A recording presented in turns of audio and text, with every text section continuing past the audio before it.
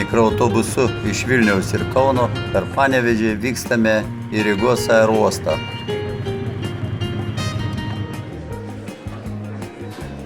Rygoje susirinkome 22 žmonių grupė iš Lietuvos ir laukėme skrydžio į Stambulą. Matyti tiltas per Bosforo sąsiaurį ir lėktuvas jau leidžiasi Stambulo aerouoste. Čia jau Tokijo, Naritos aerouostas.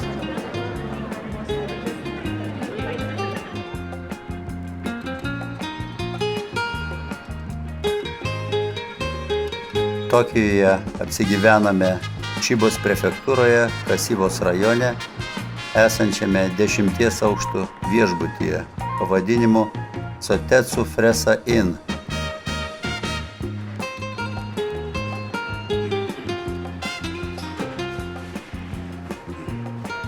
Šiame Tokijo rajone gyvena apie 400 tūkstančių gyventojų.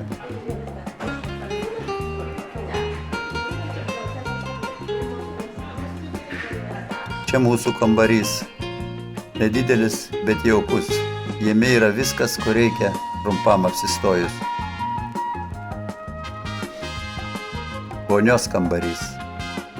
Įdomiausias galvosūkis buvo susigaudyti, kaip naudotis visais tais mygtukais ir rankenomis.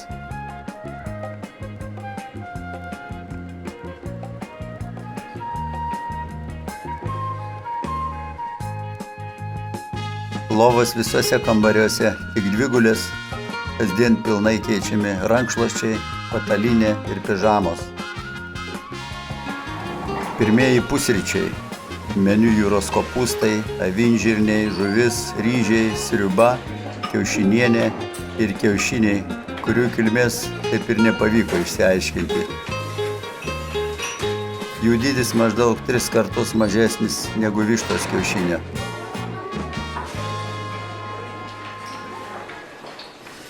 Skanaus apetito, Rimvydai.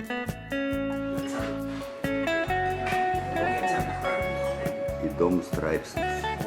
Rimvydas bando perskaityti, ką rašo japoniški laikraščiai originalo kalba.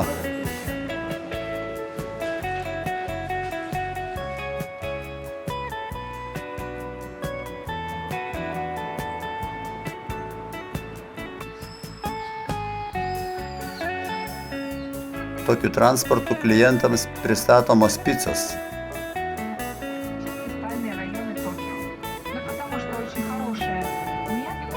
Tokijas įkurtas apie 15 amžiaus vidurį. Tai buvo mažas žvejų kaimas vadintas Edo.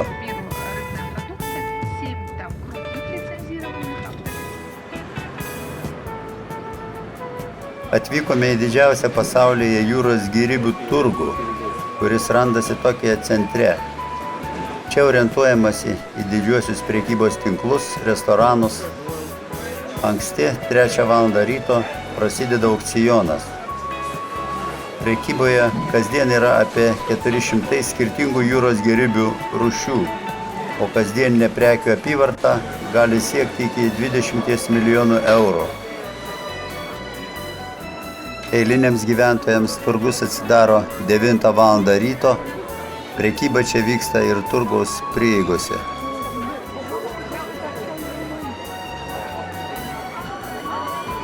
Nors jūros gėrybių pasirinkimas didelis, prie skaniai pagamintų sušių čia stovi eilė.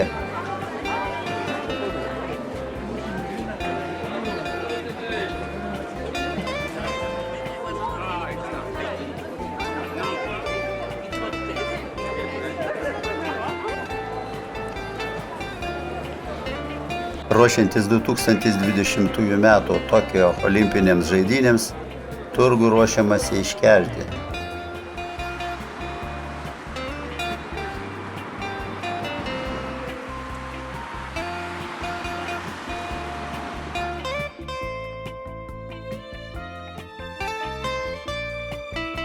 Atvykome prie Tokijo imperatoriškųjų rūmų, japoniškai vadinamų Kokijo. Esame rytinėme parke. Rūmai įsikūrė buvusios Edo pilies teritorijoje ir užima beveik 7,5 kvadratinių kilometrų plotą. Tai uždara teritorija priklausanti imperatoriui.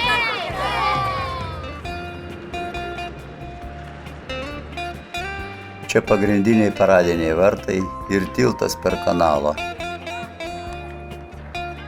Rūmai nekartą degė, buvo veikiami žemės drebėjimų, dalis jų buvo subombarduota. Galutinai restauracija buvo baigta 1968 metais.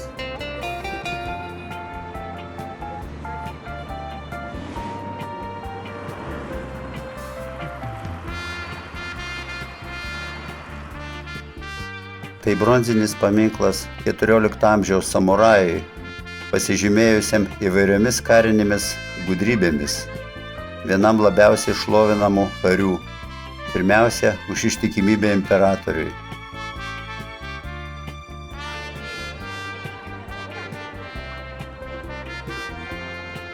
Japonijoje populiarūs maisto prekybos automatai. Prekių asortimentas čia didelis.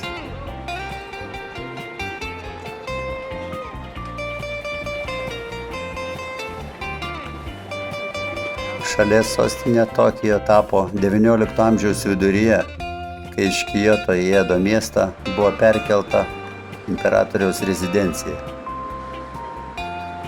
Miestas buvo pervardintas į Tokijo, kas išvertus iš japonų kalbos pažodžiui reiškia rytinė sostinė.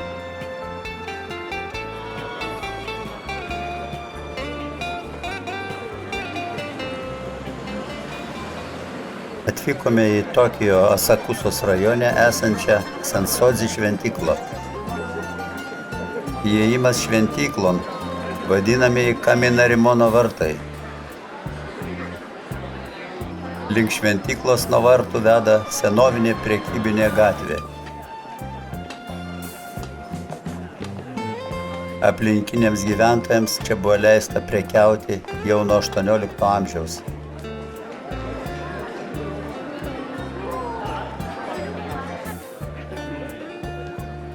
Išvertus iš japonų kalbos, šventykla oficialiai vadinasi Jaunos žolės ant auksinio drakono kalno šventykla.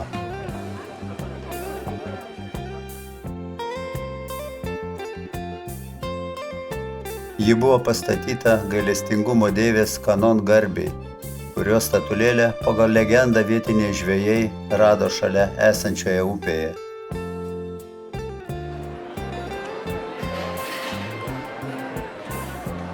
Tai seniausia budistų šventykla Tokijuje.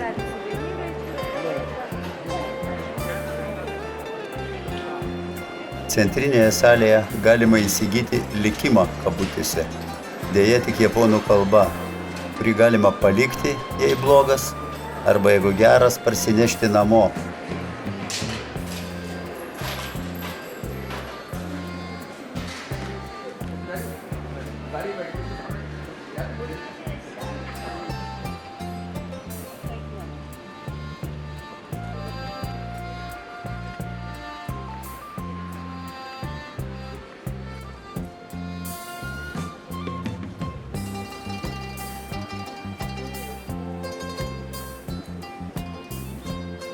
Šalia šventyklos yra 5 aukštų pagoda, kuri po 1955 metais kilusio gaisro buvo 1974 metais pilnai atstatyta.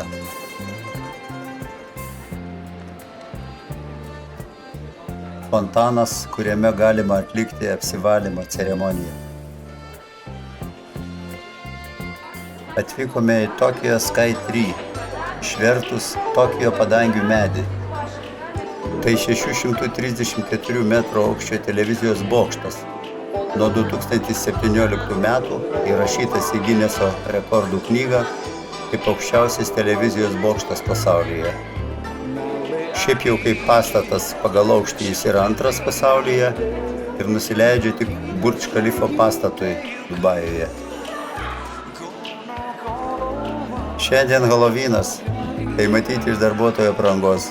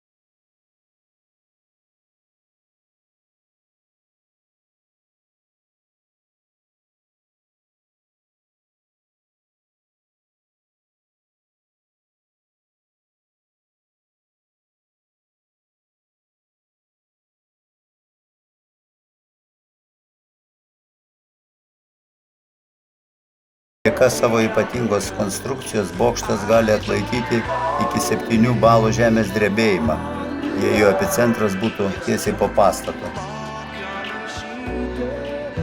Ant pirmojo aukšto sienų išdėstytose šviesos diodų panelėse tokio vaizdo galima pamatyti ir nepakilusi pastato viršų.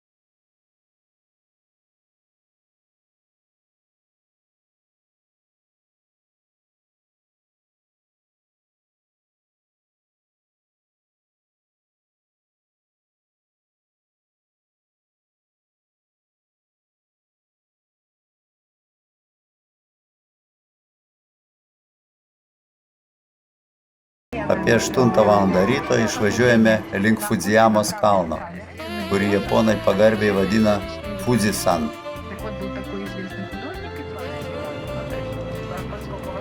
Iki jo apie 240 km. Jei Tokijas daugiau išsidėstęs lygumoje, tai važiuojant į vakarinę dalį gamtovaizdis palaipsniui keičiasi.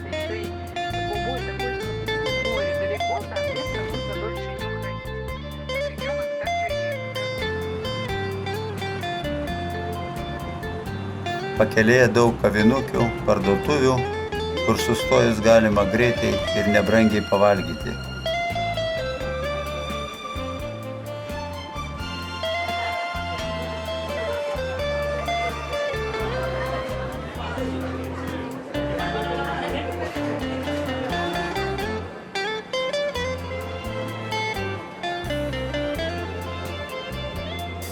Čia prekiaujama įvairiausių skonių, spalvų ir formų ledais.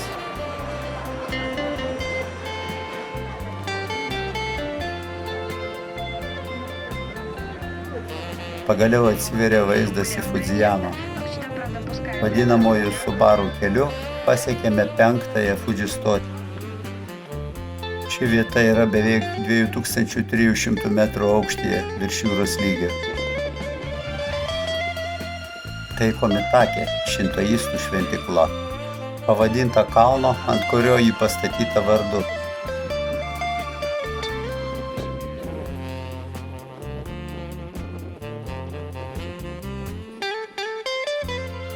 Nuo čia atsiveria vaizdas į Fudži Josidą miestą ir Jamanaką ežerą.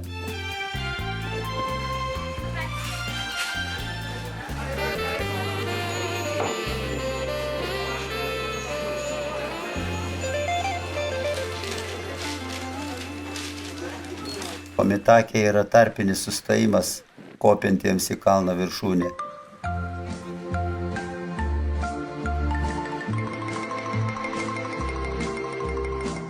Esame Fudži Hakone Izu nacionalinėme parke, kuris apima virš 1200 kvadratinių kilometrų plotą.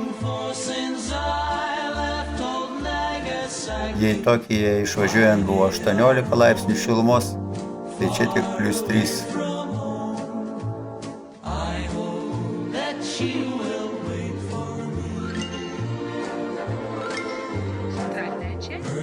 Važiuodami nuo Fudzijamos į šiaurę pasiekėme turistų mėgiamą Kawagučiko ežerą.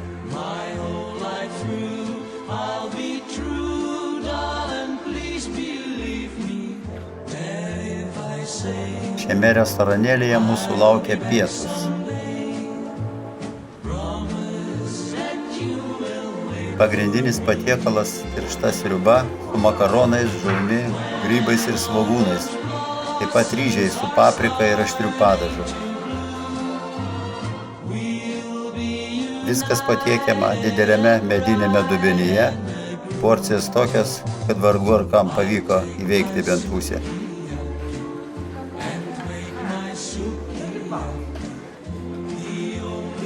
Toliau važiuodami į šiaurės vakarus pasiekime Saiko ežerą ir jo pakrantėje esantį kaimą ilgu pavadinimu Saiko Yashi no Sato Nenba.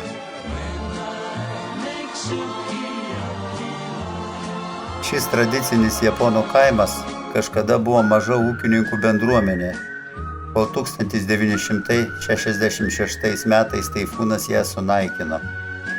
Nuo to laiko jis atkurtas ir paverstas muziejumi po atviru dangumi. Iš čia puikiai matyti Fudzijamą, aukščiausias Japonijos kalnas ir jos nacionalinis simbolis.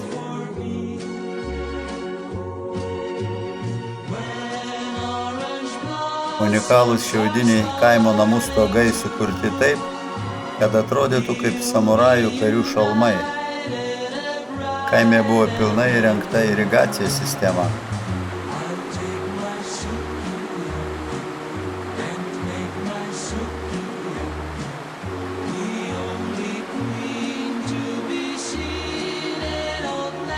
Prie šio pastato buvo įrengtas vandens malūnas, naudojamas grikių, kviečių ir ryžių malimui. Fudzijamos aukštis 3776 metrai. Tai dar neužgesęs ugnikalnis, kuriuo skersmuo prie pagrindo 125 kilometrai.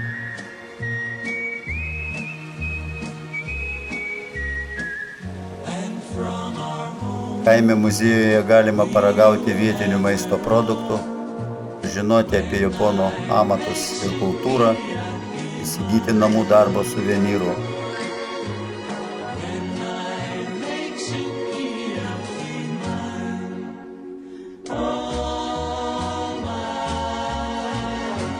Iš šiaurinės Fudzijamos kalno pusės jį supantis 5 ežerai labai populiarūs tarp turistų.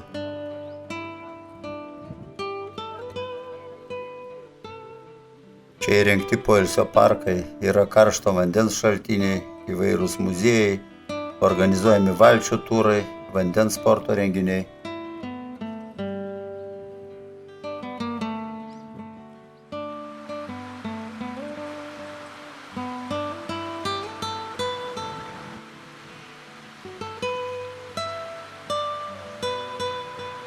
Grįždami sustojame, kas pavalgyti, kas apsipirkti pakelės parduotuvėje.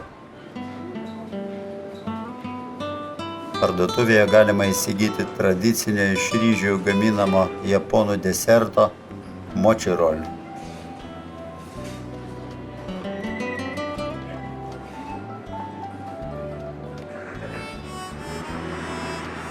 Esame Kasivos rajone. Ir nors jau 10 valanda vakaro, dauguma parduotuvių atidarytos. Daug jų kasdien dirba ištisą parą arba iki 24 valandos.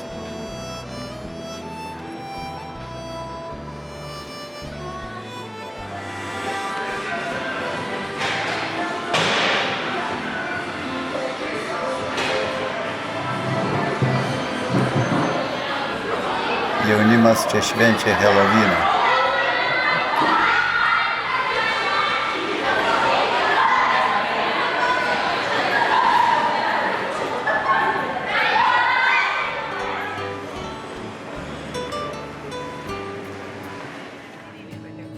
Vykstame į Nikko, vieną seniausių religinių ir piligrimų centrų Japonijoje.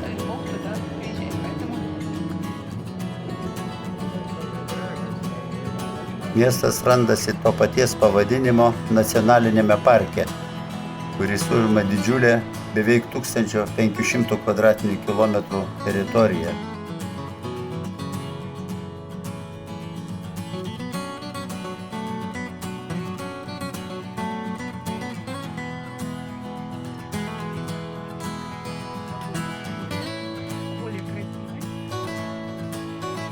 Nikko garsėja išlikusiais senoviniais pastatais, o jo šventyklos įtrauktos į UNESCO paveldo sąrašą.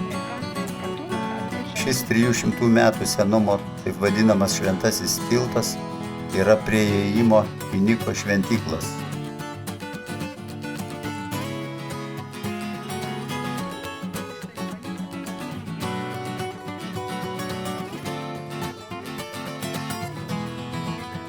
Pati garsiausia Tosiogų šventykla, į kurią dabar einame. Čia palaidotas garsus karvedys, arba kaip japonai vadina šiogunas, Ieyasu Tokugava.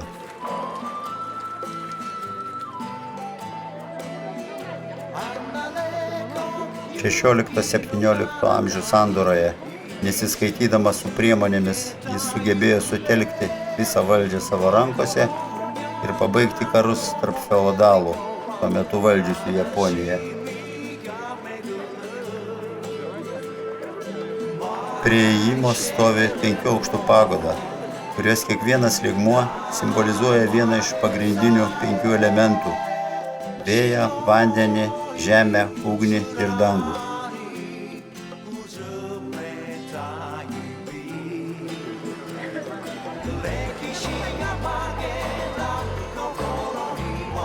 Gausiai dekoruotą šventovės kompleksą sudaro daugiau nei 10 pastatų, įsikūrusių gražiame miške.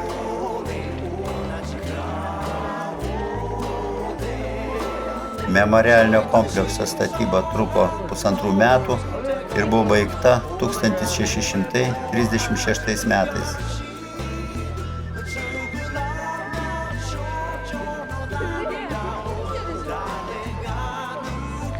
Iš visos šalies buvo surinkti geriausi menininkai ir amatininkai ir kiekvieną dieną čia dirba maždaug 9,000 žmonių.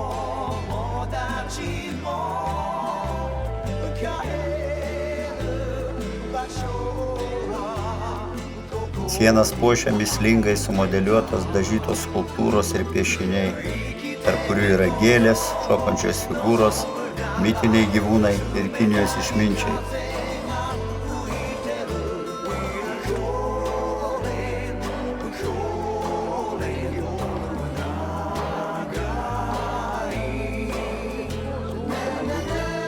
Čia vadinamieji Jomeimono vartai, kurie buvo baigti restauruoti 2017 metais, atkuriant 500 įvairių skulptūrų.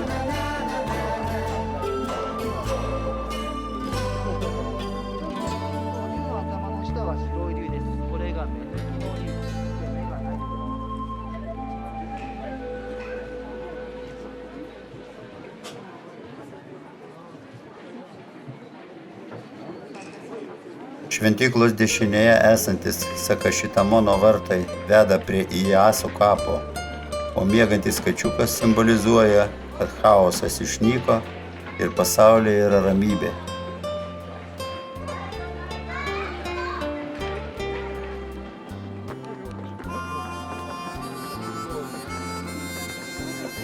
Per mišką, kuriame auga 100-mečiai japoniški kedrai, aukštyn veda 207 akmeninės pakopos prie Tokugava Ieyasu kapo.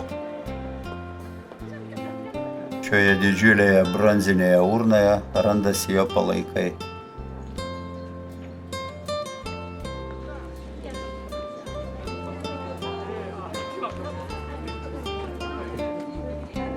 Laiptų viršuje yra okumija, vidinė šventyklos dalis, garbinimo salė ir vadinamasis įtvirtintas dievybės kapas. Taip atrodo šventykla iš viršaus.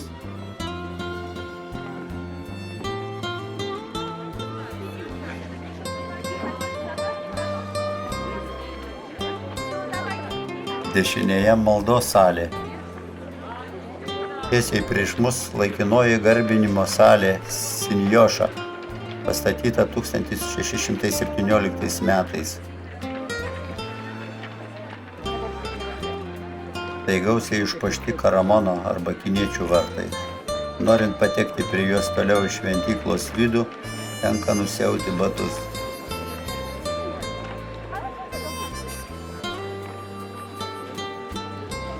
Šventyklą gausiai lanko turistai iš viso pasaulio, nors didžiausią dalį jų be abejo sudaro japonai.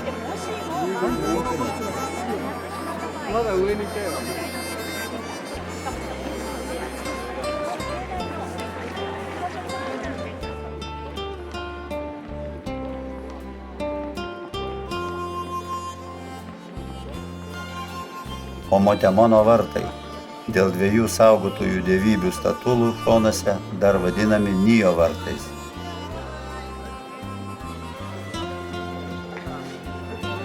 Sako, įmetus į dėžutę pinigų ir patrynus skulptūrai pilvą, būsi turtingas.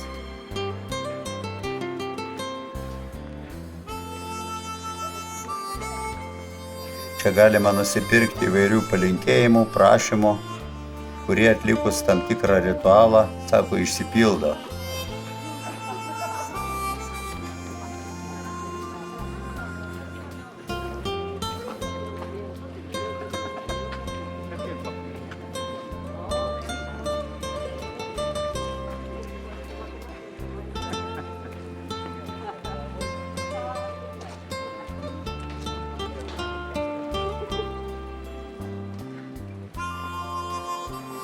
Ši šintoistų šventykla laikoma viena iš svarbiausių Japonijos nacionalinių vertybių.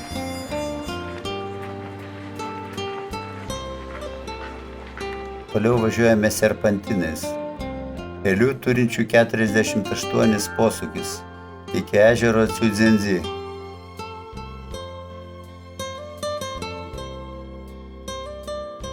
Ežeras susidarė po išnykusio vulkano išsiveržimo ir randasi 1269 metrų aukštyje virš jūros lygio. Jo gylis siekia 163 metrus.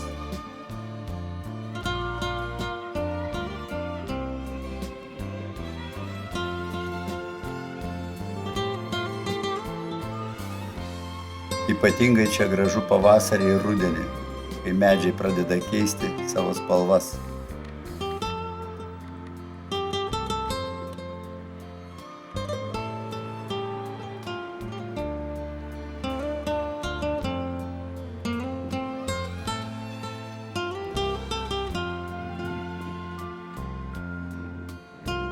Japonai ežerą dar vadina Satsu no Umi, laimės jūra.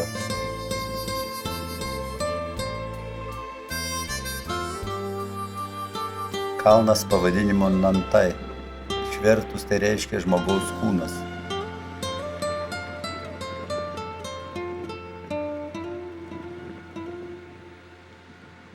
Kalnas laikomas šventu ir iki 1872 metų buvo uždarytas moterims, neleidžiama vesti arklius ir karves.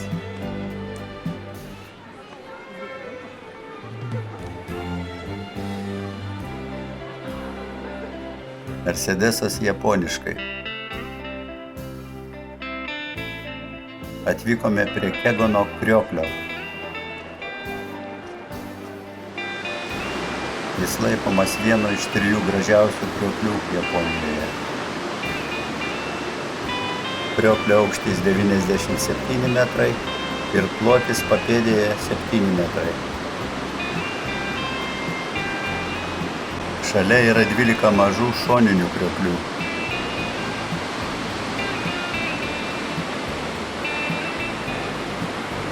Kad jį būtų galima geriau apžiūrėti, įrengtas specialus 100 metrų aukščio liftas.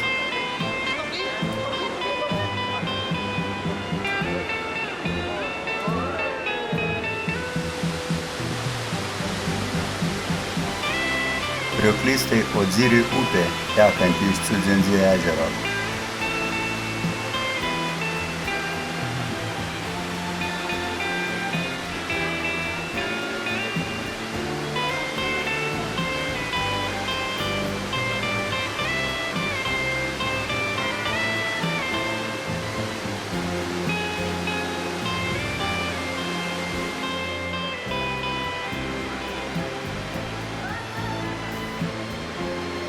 Sausojo sezono metu vanduo gali nusekti, todėl įrengta ištisa padavimo sistema, kur siurbliais pumpuoja į viršų vandenį ir specialiai tam sumontuotus požeminius vamzdynus.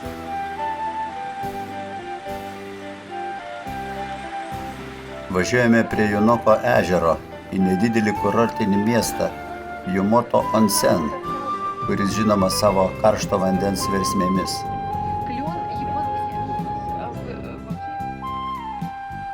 Čia puikiai išnaudojami natūralaus karšto vandens šaltiniai, kuriuos galima rasti visur mieste ir dažnai įėjimas į juos nemokamas. Iš gelmių ateinančio vandens temperatūra gali būti 70 laipsnių ir aukštesnė.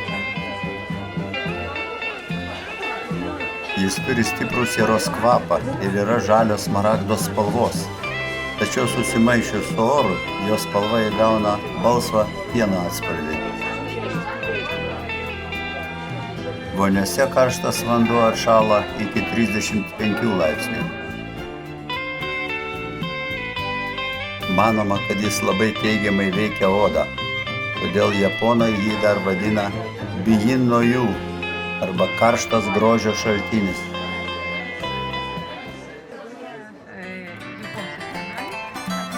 Tokijas randasi Honshu saloje ir yra viena iš tankiausiai apgyvendintų Japonijos prefektūrų.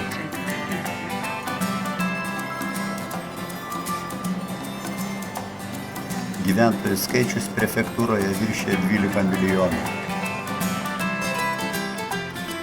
Atvykome į imperatoriaus Meidži Džingų šintoistų šventyklą, skirtą imperatoriui Meidži ir jo žmonai.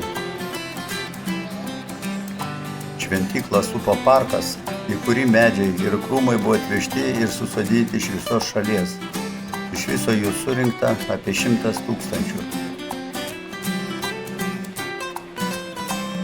Čia Sake statinių kolekcija, kurią dovanojo šventyklai šio gėrimo gamintojai.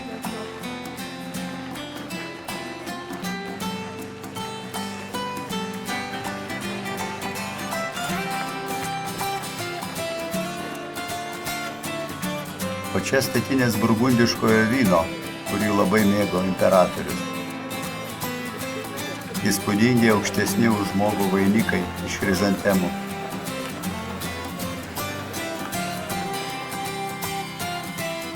Šios didžiulės aukštos chrizantemos skirtos gyviesiems, skintos dedamos mirusiems.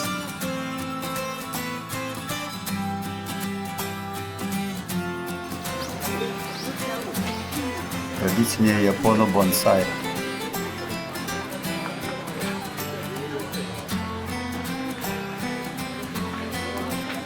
Mums pasisekė. Šiandien nacionalinė šventė, imperatoriaus Meidži gimimo diena, 165-osios gimimo metinės.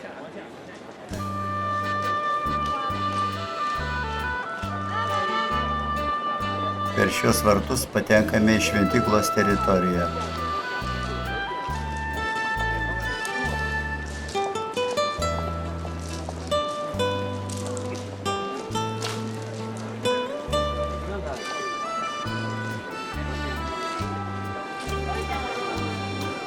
Toliau matyti pagrindinis šventyklos pastatas.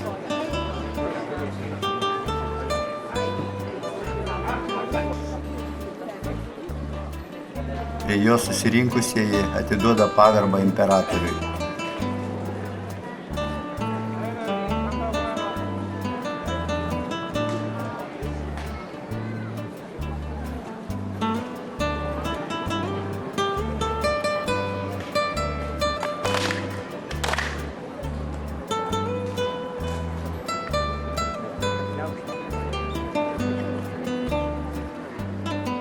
Žmonės šiandien čia gražiai pasipuošę ir šventiškai nusiteikę.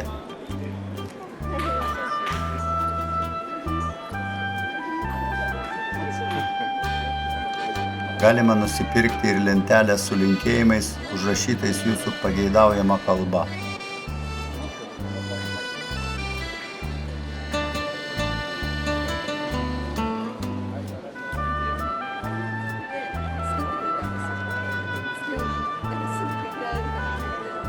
Šie eilė stovi ne šiaip sau. Žmonės čia stovi tam, kad perduotų imperatoriui sveikinimus ir dovanas, kurių vertė beje nėra maža.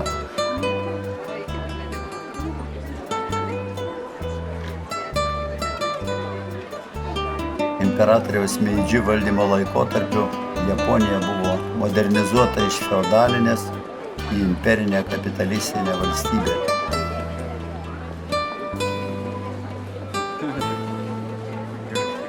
Japonai tiki, kad einant į šventyklą reikia apsivalyti vandeniu rankas ir veidą. Ir tai yra daugiau dvasinis, o ne fizinis apsivalymas.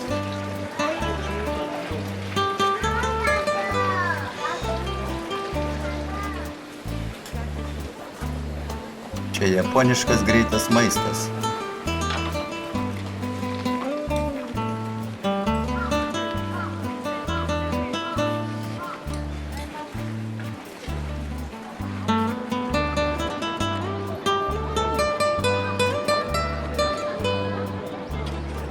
Jie taip pat atvyko nusilenkti imperatoriui.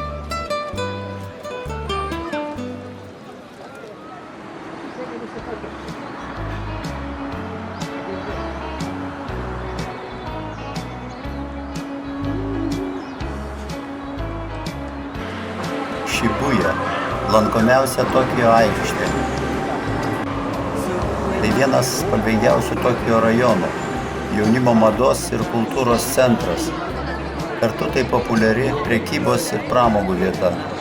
Čia randasi daug garsių kompanijų mados ir prekybos kompleksų. Pėsčiųjų perėja čia didžiausia pasaulyje. Tai paminklas šuniui vardu Hachiko, kuris ir mirus šeimininkui 9 metus eidavo jo kasdien pasitikti į Šibujo geležinkelio stotį. Rajonas nemiega ir naktį. Čia daug restoranų, karaoke ir naktinių klubų.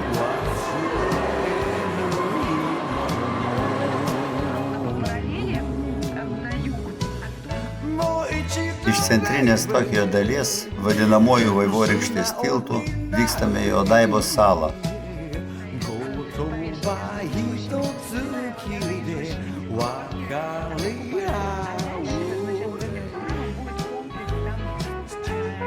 Vaivorykštės tiltas buvo pastatytas per 6 metus ir pradėtas eksploatuoti 1993 metais. Tilto ilgis 800 metrų.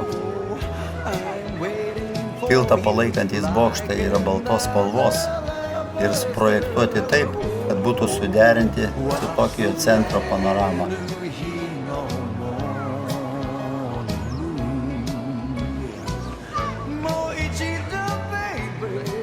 Sunku įsivaizduoti, bet Odaiba didelė dirbtinė sala, pastatyta ant sąvartyno. Dabar tai viena iš komercijos, prekybos ir poilsio zonų. Tai laisvės statulos kopija, kurią pastatė prancūzai 1998 metus, paskelbus Japonijos-Prancūzijos draugystės metais.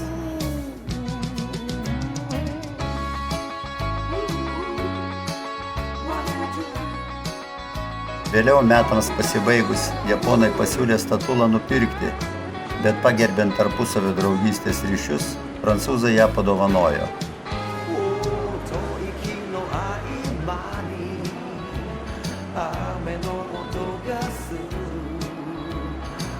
Dabar Odaiba viena iš populiariausių turistų lankytinų vietų, su daugybė galimybių apsipirkti ir gerai praleisti laisvalaikį.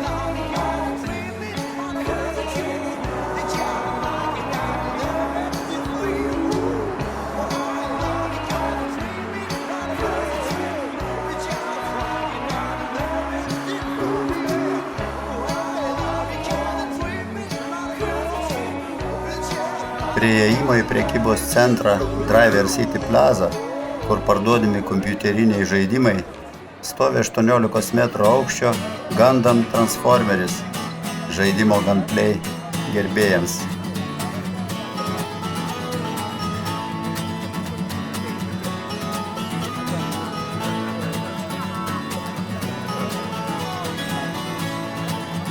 Sala taip pat žinoma kaip tarptautinis parodų ir ekspozicijų centras.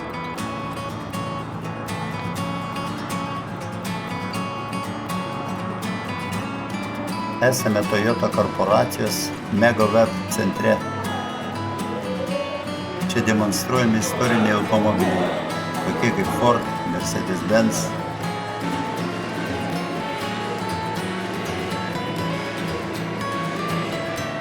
Automobilis keleiviams su negalia, skirtas 2020 m. Tokijo parolimpinėms žaidynėms. Demonstruojama apie 60 dabartinių Toyota modelių.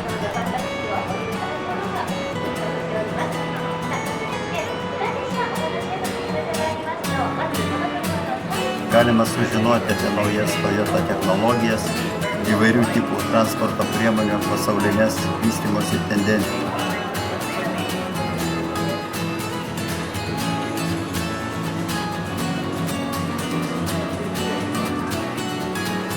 Pristatomi ir naujausi konceptiniai modeliai.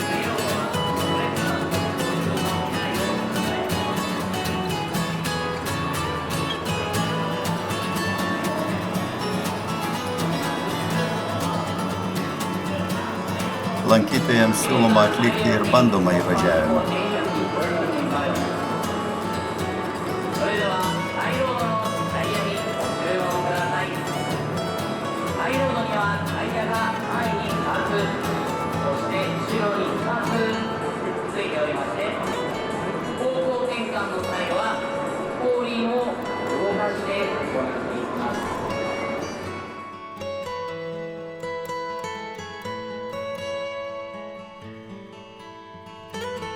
Dalį Toyota Mega Web centro sudaro vadinamasis Venus Ford prekybos kompleksas.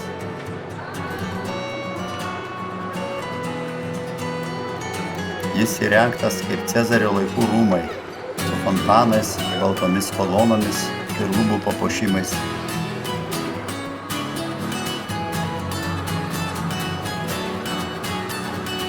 Prekybos centras pastatytas kaip nedidelis Italijos miesto fragmentas. Jame veikia itališko stiliaus picerijos ir restoranai, dominuoja itališka virtuvė.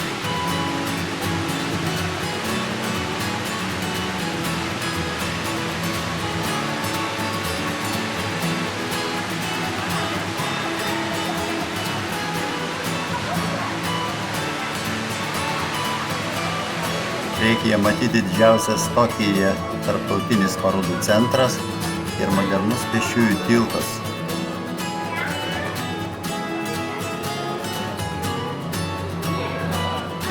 Nors dar tik lapkričio pradžia, bet čia jau stovi kalėdų eglutė.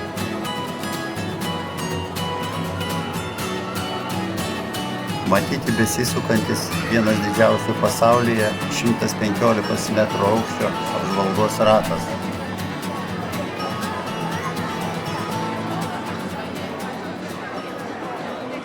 Šiandien mūsų laukia Kamakura, kartais vadinama rytų Japonijos Kioto ir faktinė Japonijos sostinė. Tai vienas seniausių Japonijos miestų, įkurtų dar 12 amžiuje.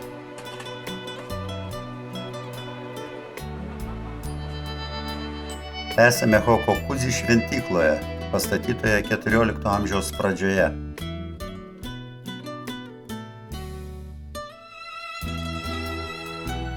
Tai dzenbudistų šventykla.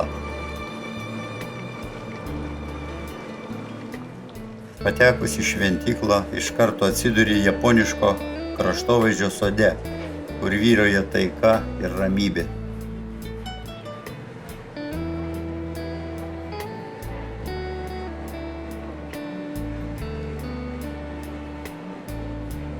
Kitas neoficialus šventyklos pavadinimas yra Takedera arba bambuko šventykla, nes savo populiarumą jį įgijo dėka teritorijoje pasodintų bambuko giraičių. Laikoma, kad pasivaikščiojimas tarp aukštyn kylančių bambukų kamienų, kurių viršūnėse kartais švysteli saulė, sukelia būseną artimą euforijai.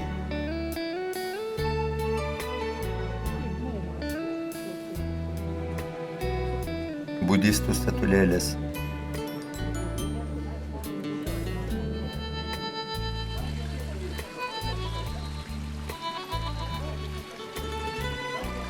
Puikia dzen šventyklos atmosfera, kur tyloje ir ramybėje galima pamastyti apie amžinybę, sukuria čiurlenantis į tvenkinį vanduo ir nedidelis sodas su samanotais akmenimis.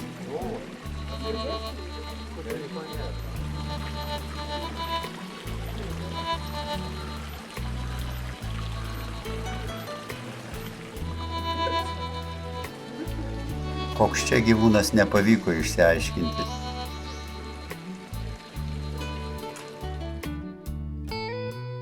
Teritorija kruopščiai prižiūrima ir tvarkoma, neišskiriant ir savaitgalių. Dažniausiai tai atlieka savanoriai.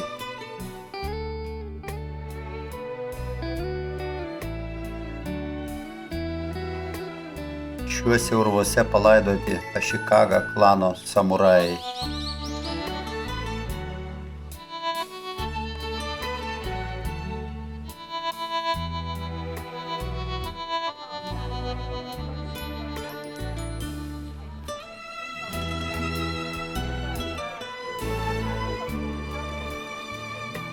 Terasa skirta gerti žalią arbatą ir gėrėtis vaizdu į sodą.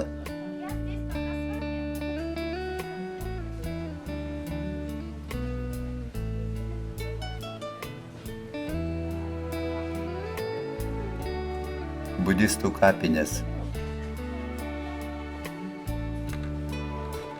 Čia pagrindinė Hokokuzi šventyklos salė, kuri nėra didelė palyginti su kitomis šventyklomis. Salė yra Budos statula, pagrindinis šventyklos garbinimo objektas.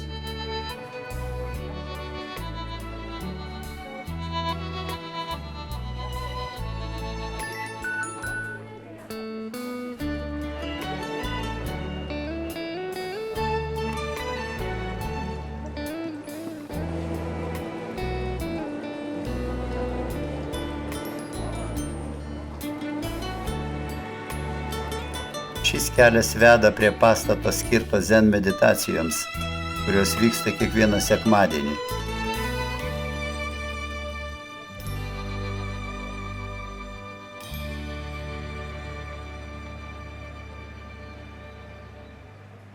Nors Kamakuroje gyvena 174 000 gyventojų, tai ne šiaip sau miestas, o tikra epocha Japonijos istorijoje. Čia yra 176 budistų ir šintoistų šventyklos.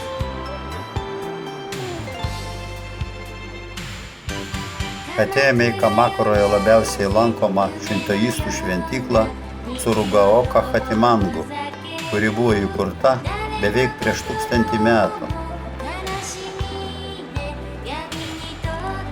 Prieš mus atviro tipo paviljonas vadinamas Maidenu.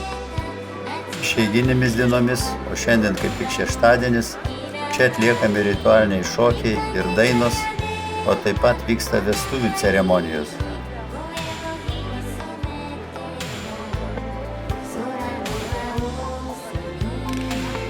Pradžioje vyksta apsivalymo ceremonija ir jaunos poros apvalymas nuo blogio.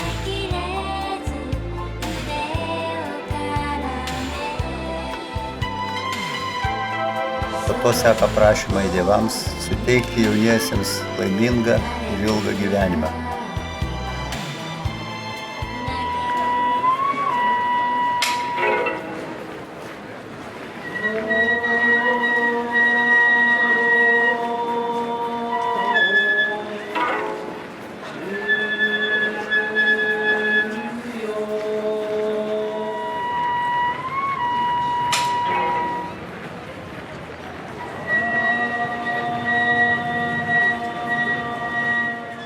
Laiptai į viršų veda į Hongu arba pagrindinę salę. Kaip ir kitose šventyklose, kabinami norai ir linkėjimai. Šiame pagrindinėme pastate yra 3 salės sujungtos tarpusavyje. Pagrindinė šventovė arba Hondenas, siūlymų salė Heidenas ir garbinimo salė Haidenas. Šis būgnas mušamas ritualinių ceremonijų metu.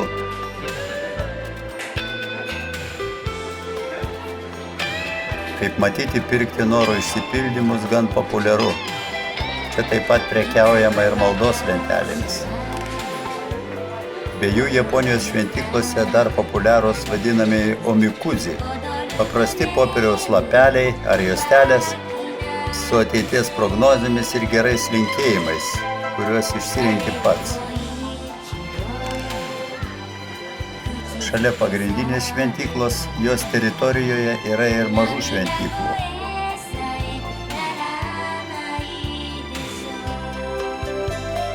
Maideno salėje vestuvių ceremonija baigėsi. Jos pabaigoje jaunikis ir nuotaka išgėrė iš puodelio šventinto ryžių vyno ir pasikeitė žiedais.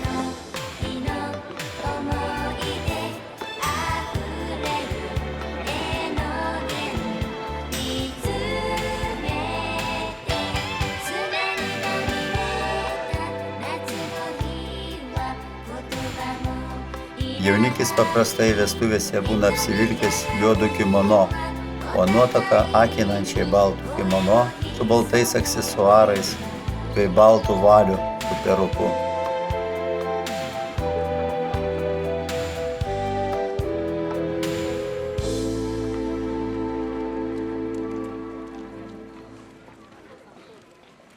Jaunųjų vestuvinės aprangos kaina dažnai prilygsta visų vestuvių išlaidoms.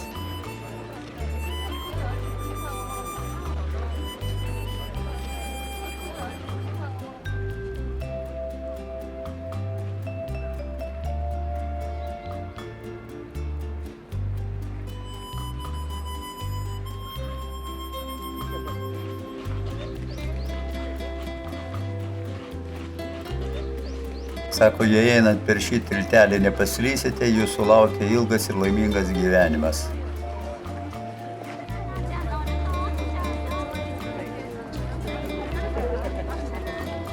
Rikša Japonijoje šiandien egzotika ir pramoga turistams. Deja labai brangi.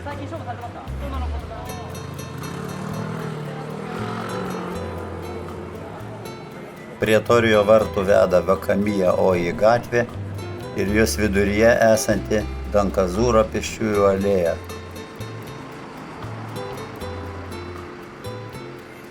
Ją prieš 800 metų įrengė pirmasis šiogunas Minamoto Yoritomo. Sužinojęs, kad žmona laukėsi, jis nutiesė šią alėją kaip maldą dievams, kad gimtų berniukas. Dievai jo išklausė.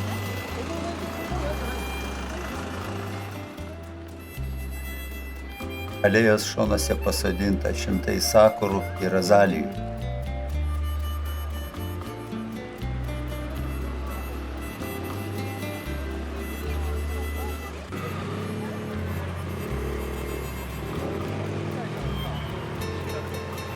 Taip japonai prižiūri medžius.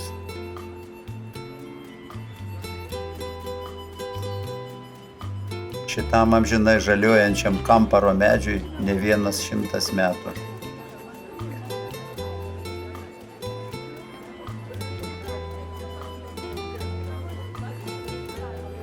Atėjome prie 736 metais įkurtos Hasedera budistų šventyklos. Jos istorija tokia. 721 metais vienuolis iš Naros liepė iš didžiulio kamparo medžio išpjauti gailestingumo deivės Kanon statulą, kurią nuleido plaukioti vandenyne. Už 15 metų statula buvo išmesta į krantą ir čia buvo pastatyta šventykla. Šventyklos teritorija susideda iš žemutinės ir viršutinės dalies.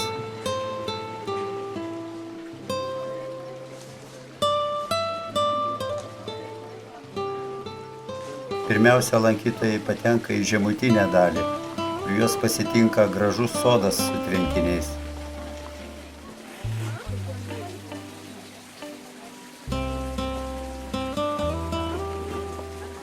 Čia viskas dvelkia darna ir ramybė.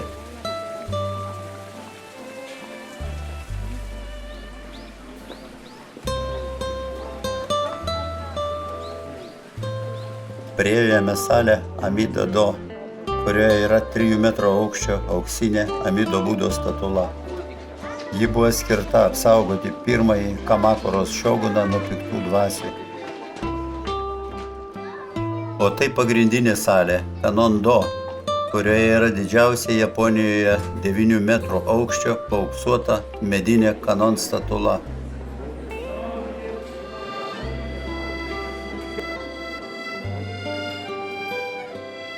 Šalia randasi Kanon muziejus.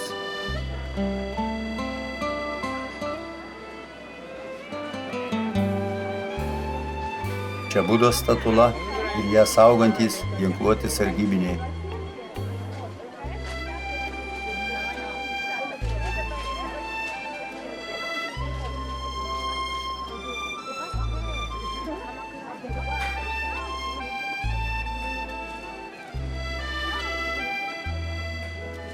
Šis pastatas vadinamas Kiozo sutrų archyvu. Viduje yra besisukančios knygos, vadinamos rinzo, kur saugomi svarbus šventi budistų tekstai arba sutros. Sakoma, kad pasukus rinzo galite gauti tokį pat efektą, kaip perskaičius knygas.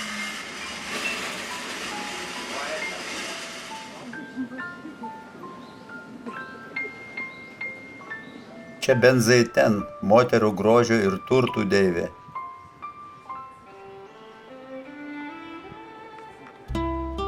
Toliau takas veda aukštyn vadinamojų hortenzijų keliu, kurių čia yra 40 rūšių ir virš 2,5 tūkstančio, į terasą, iš kur atsiveria vaizdas į Kamakurą ir Sagami įlanką.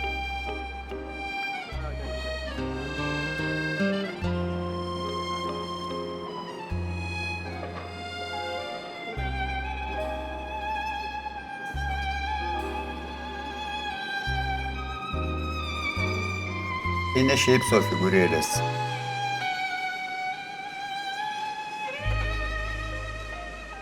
Budizme viena populiariausių dievybių yra Dzidzo, dažniausiai vaizduojamas kaip vienuolis, vienoje rankoje laikantis ilgą lazdą, o kitoje brangakmenį, kaip didžiausias išminties simbolį.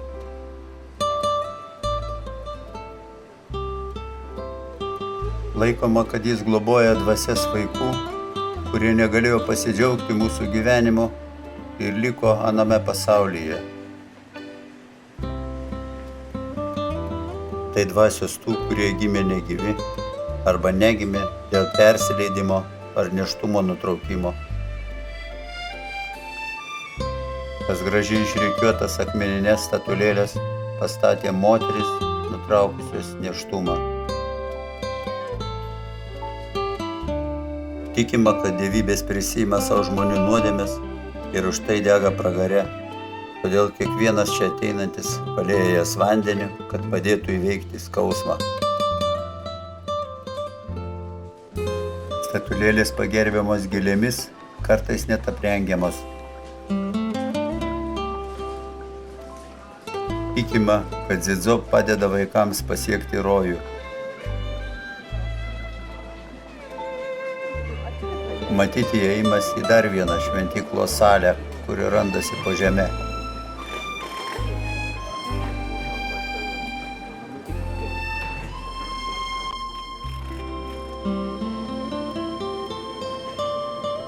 Atėjome prie šventyklos Kotokuin vartų, kuriuos saugo sargybiniai, devos.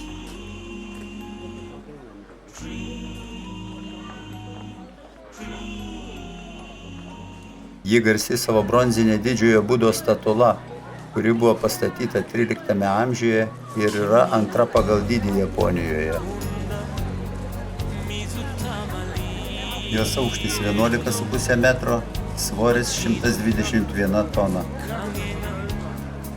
Yra daug Budos statulų, bet ši turi kažką tokio, kas traukia žmonės. Jo veide juntamas orumas ir gailestingumas, protas ir jėga.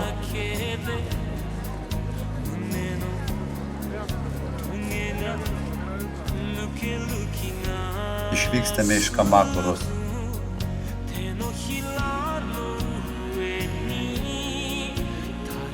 Šiuose namuose gyvena pensijinio amžiaus žmonės. Esame Landmark Toweryje, didžiuliame prekybos centre Jokohamoje. Visur tviska prabanga, apdailai čia panaudotos pačios brangiausios medžiagos.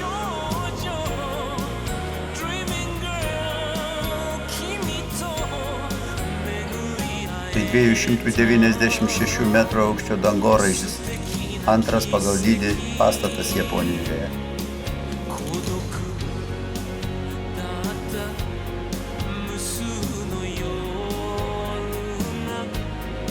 Parduotuvė užima 8 pastato aukštus, iš jų 3 randasi po žeme.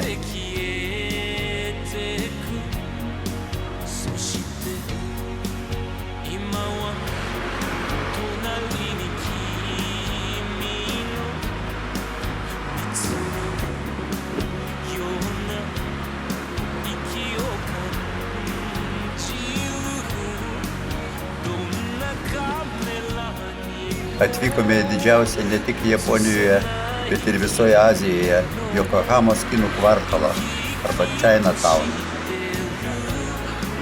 Dabar esame prie vadinamųjų rytinių vartų. Toliau einame gilin per vartus pavadinimu Seiyomon, kad patektume į patį kvartalo centrą, kur gyvenimas verda dieną ir naktį.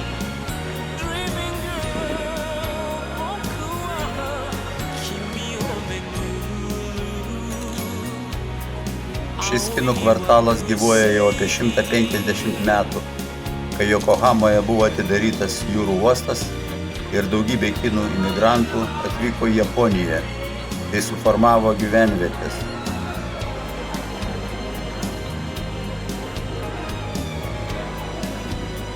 Čia taip pat yra 2 šventyklos ir nedidelis parkas. Natūralu, kad tai yra gera vieta apsipirkti, jei norite kažko kinietiško, tradicinių drabužių, papuošalų, suvenyrų, smilkalų, vaistų, prieskonių ir taip toliau. Tačiau pagrindinė Yokohama Chinatowno atrakcija yra kinų virtuvė. Čia veikia daugybė restoranų, kavinių ir barų, ar tiesiog prekystalių, kur prekiaujama maistu. Tokijas tai didžiulis megapolis, kurio teritorija ištęsta 90 km iš rytų į vakarus ir 25 km iš šiaurės į pietus. Pietuose jis ribojasi su Kawasakio miestu, į kurį greitai važiuosime. Kawasakis 8. pagal gyventojų skaičių Japonijos miestas ir viena didžiausių pramoninių zonų. Jame gyvena apie 1,5 milijono gyventojų. Kartu mieste yra daug istorinių vietų ir peizažų, kur galima mėgautis unikalia japonų kultūra ir gamta, lankant tradicinius teatrus, šventyklas, parkus ir terminius šaltinius.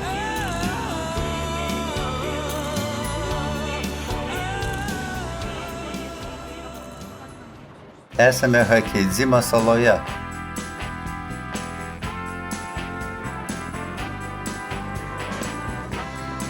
Saloje įkurtas didžiulis vandens ir kitų pramogų kompleksas, dar vadinamas Hakeidzima jūros rojumi. Jis susideda iš atrakcionų parko, jūrų muziejaus, akvariumų, įvairiausių baseinų ir net nedidelių kruizinių laivų.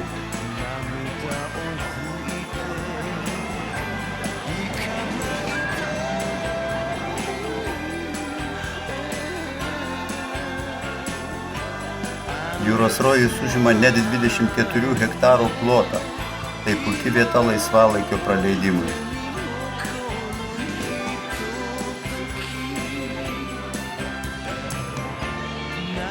Atrakcionai ir baseinai čia įrengti taip, kad ten, kur įmanoma, juose kuo daugiau dalyvautų ir jūros gyvūnai.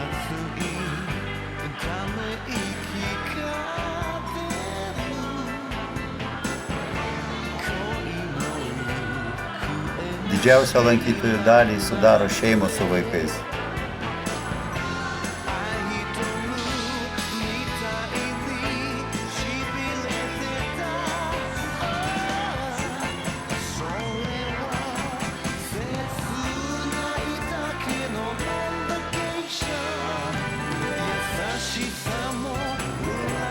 Čia matome retą jūros gyvūną, baltuosius delfinus.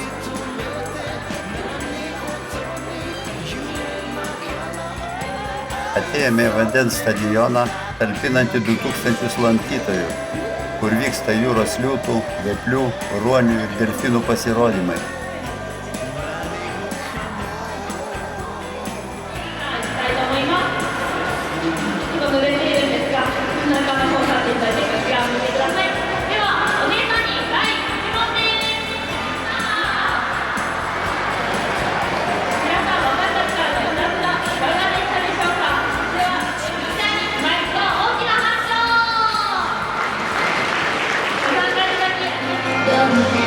色ね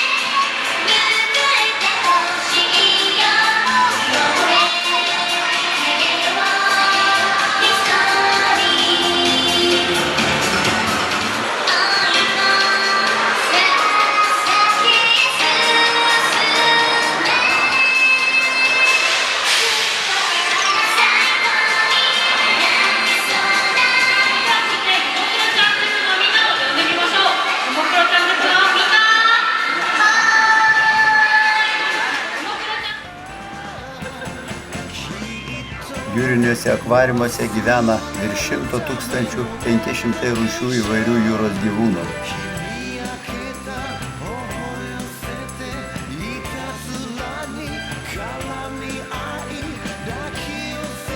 Sala yra šalia Jokohamos uosto, kur plaukia didžiuliai okeaniniai laivai.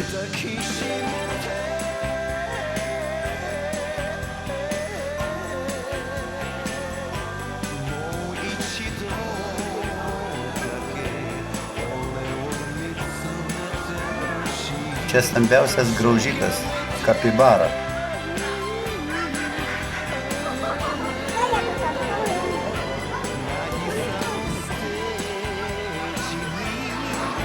Piranijos. Kad būtų galima geriau apžiūrėti, baseinai išdėstyti keliais aukštais.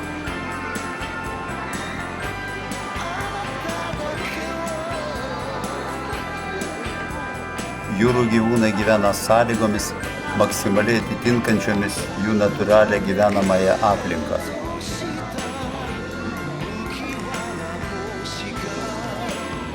O šių vėžiagyvių skersmuo viršija 1,5 metro.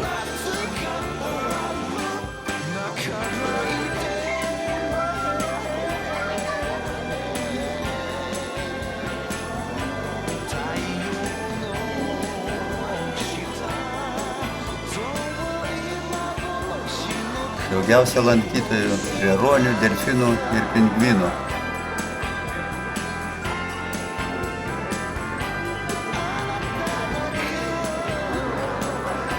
Kartais atrodo, kad ne mes juos stebime, o gyvūnai tyrinėja mus.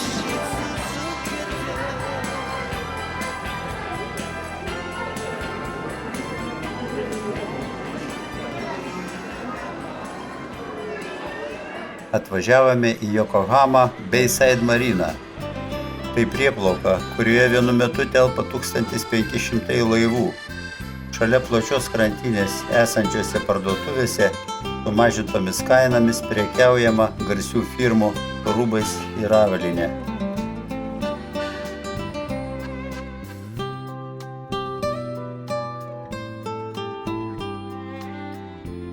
Prieplauka randasi pusiaukelėje tarp Tokijo įlankos ir vandenyno, todėl daug žmonių čia mėgaujasi iškylomis į atvirą jūrą.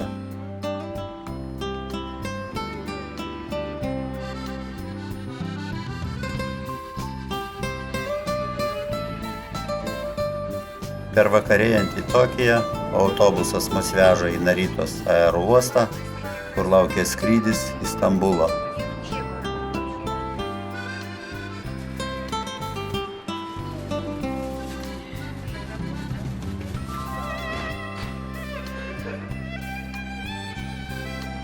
O čia jau Stambulas, 6 valanda ryto.